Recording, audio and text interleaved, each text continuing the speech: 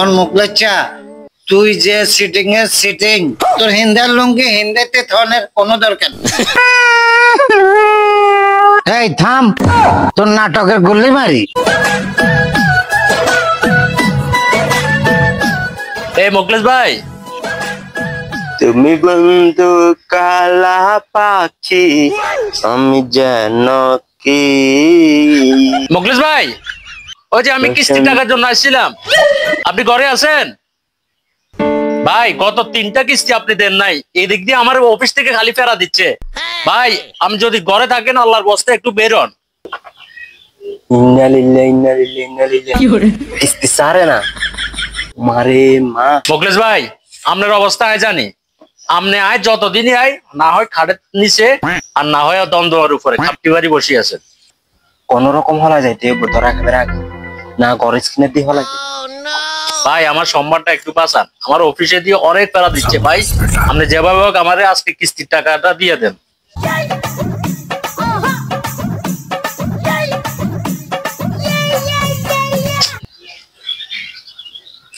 না এইভাবে হইতো না, একটা না একটা ব্যবস্থা করতে হবো, দাঁড়ান।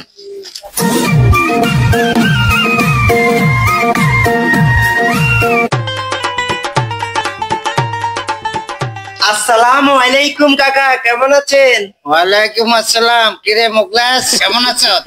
আলহামদুলিল্লাহ চাচা, আপনারা যেভাবে দোয়া করছেন ওইভাবে আছি। আচ্ছা যাই হোক, কি মনে করি আইলি আর কাছে?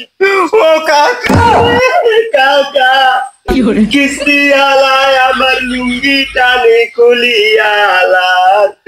আরে বাসান আপনি আমারে বাসান কাকা রে। এই মুকলেশ দাঁড়া দাঁড়া, দূরে থেকে কথা কও। অন মুকলেচ্চা তুই যে সিটিং এর সিটিং তোর হিন্দার লুঙ্গি হিন্দিতে থনের কোনো দরকার নেই। অন বাবু তোরে আয় কোনো টিয়া টুয়া দিতে পারতাম না। ছেলেটাকে কান্নাকাটি করে শুনলাম। আম্মা কিস্তি এলে বলে হাতে লুঙ্গি খুলে লই যাবি, অন হাতে আর কাছে টি আনলে বলি আইস।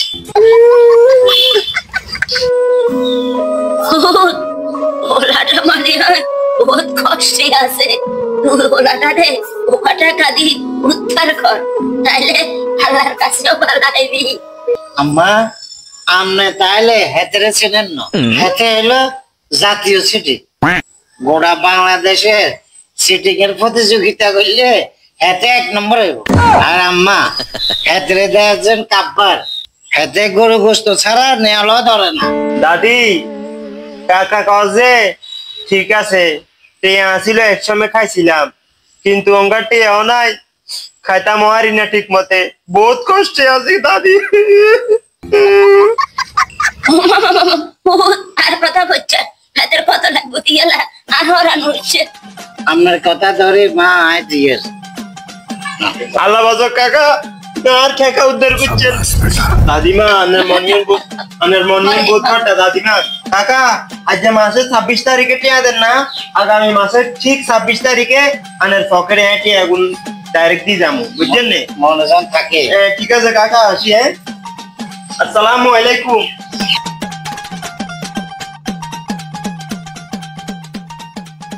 সালাম আলাইকুম চাচা, কেমন আছেন? ওয়ালাইকুম সালাম। রমজান সাহেব নি, কি ব্যাপার, কোথায় যান? চাচা আর বললেন না, কি বলবো দুঃখের কথা। আপনার এলাকার যে মুকলেশ নামের এক লোক আছে না, ওনার কাছে কিছু কিস্তির টাকা পাবো। যতদিনে কিস্তির টাকার জন্য আসি, হয় তার পাতলা পায়খানা, আর না হয় তার বমি, আর না হয় আমার আসার কথা শোনা মাত্রই বাড়ি থেকে পালা যায়। চাচা এই কিস্তির টাকা আদায় করার জন্য ওর বাড়ি থেকে আসা যাওয়া করতে করতে আমার 2 পা ক্ষয় হয়ে গেছে। চাচা আপনি বলেন এখন আমি কি করতাম? কি আপনার কিস্তির টাকা অন দেন? আপনার কিস্তি টিয়া দিবেন বলে মুকলের চেয়ে আতর টিয়া আনি গেল, হেতে বুঝি আপনার টিয়া অন দেন? না চাচা, কিস্তির টাকা তো এখনো দেয় নাই। তাহলে চলেন হেতেরে বাইর যাই, হেতেরে গুড়ি বাইর করিলাম। হ্যাঁ চাচা চলেন চলেন। আমায় বেদিওয়ালা খাইছে রে সামনে বসাইয়া। এই মুকলেশ, আরে বারে কি ব্যাপার? কাগুয়া লগে দিয়ে যে কিস্তি ছাড়, আজ তো মনে হয় রক্ষণ নাই দিয়ে অলাইবে জাগা তো নাই না, বড় শুরু করতে। এই থাম, তোর নাটকের গুল্লি মারি। তুই না আতন টেয়া নিয়েছিলি কিস্তি দিবার লাই, কিস্তি টেয়া দিলি না, আর টেয়া দিলি না, ব্যাপার কি? এটা কি ইচ্ছা তুই? কাকা কি বলতাম শর্মের কথা, 2 দিন পর তো কোরবান একটা হাজির। এখন এলাকায় একটা মান সম্মান আছে না আমার, এজন্য আপনাদের টাকা দিয়ে আমি কোরবানির জন্য গরু নিয়ে এনেছি।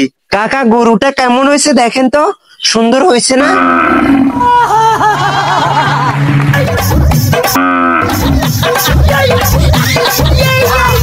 এই থাম, ঘরে নাই আড্ডারি, বাইরে মারে সর্দারি। চাচা দেখছেন, ওর নাকি এলাকাতে আবার সম্মানও আছে। এই মুখলেস, তুই একবারও চিন্তা করছ? তুই এত সিটিংবাজি করি লোক দেখানো কোরবানি যে দেওয়ারে, তোর কোরবানি আল্লাহ কবুল করব? তোর মতো এরকম মানুষ সমাজে অনেক আছে। ঋণ থাকা অবস্থায় লোক দেখানো কোরবানি অনেকে দিয়ে থাকে, কিন্তু একবারও চিন্তা করে না তাদের কোরবানি কি হইব। তাই মুখলেস, এসব কর্মকাণ্ড থেকে বেরিয়ে এসে নিজের সাধ্যের ভিতরে চলার চেষ্টা কর। শোনেন মুখলেশ ভাই, আমরাও পারতাম এখন আপনার গরুটা নিয়ে যেতে, কিন্তু আমরা আপনার মতো বিবেকহীন কাজ করবো না। আপনারা সুযোগ দিলাম, এটা নিজে ঠিক হয়ে যান, চলেন।